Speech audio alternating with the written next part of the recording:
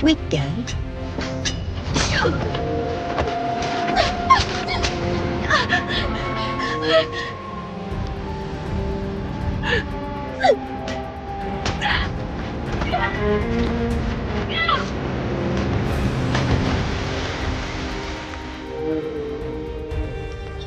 Sweet girl, thank you everyone, because she simply could not discard the goodness in her heart or abandon her original identity. Arya Stark ultimately, once again, abandoned the mission that Jaqen H'ghar had given her. She did not go to assassinate the innocent actress, Lady Crane, choosing instead to follow her true self, to be herself, and not a cold, emotionless assassin of the Faceless Men. Arya knew there was no longer a place for her in the House of Black and White, and that the judgment of the many-faced god was coming. So she returned to the riverbank, retrieved the needle she had previously buried in a crack in the stones, and temporarily hid herself in a dark room deep in the alleys. Afterwards, Arya changed into a new outfit and traveled through the port of Braavos, where she found a merchant captain from Westeros and asked him to take her back to Westeros first thing in the morning. Although the captain questioned whether Arya's money was stolen, upon seeing a large bag full of silver coins, he agreed to set sail for her the next day. With everything prepared, Arya stood on the bridge, gazing at the statue of the Titan of Braavos in the distance, but not planning to let her guard down. An old woman suddenly approached from behind,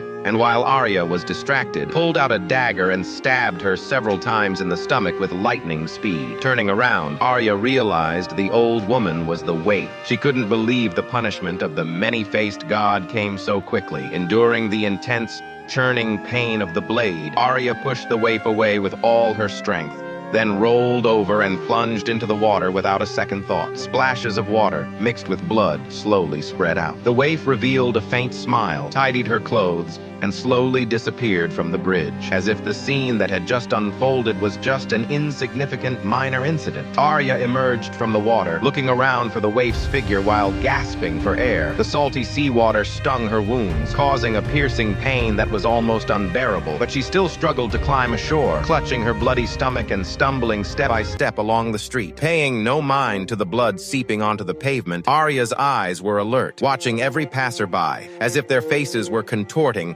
ready to rip off their masks at any moment to reveal the waif's smile and lunge at her again with a dagger. In a foreign land, with no family or friends, confused and helpless, the girl could only grit her teeth and bear the pain that shot through her bones alone. In the Square of the Silver, Lady Crane's performance was still as wonderful and touching as ever. She had taken Arya's earlier advice. While playing Cersei, who had lost her son Joffrey, in addition to her usual delicate, sorrowful weeping, she also added a determination to find the killer, which drew even more enthusiastic applause from the audience. Backstage, Lady Crane collected her thoughts, happily reflecting on her performance. She picked up a bottle of Wolf's Mother wine and was about to reward herself with a drink when she noticed a slight movement in the dressing room. She cautiously got up to check, only to find Arya, holding her wound and looking deathly pale, sprawled on the ground, casting a plea for help. The kind Lady Crane took Arya back to her home and carefully bandaged her wounds. It was strange that the waif hadn't delivered a killing blow, or maybe she just enjoyed the feeling of hunting Arya. Lady Crane thanked Arya for saving her life earlier. The actress who wanted to harm her had been disfigured and kicked out of the troupe. Now, the troupe had finished performing in Braavos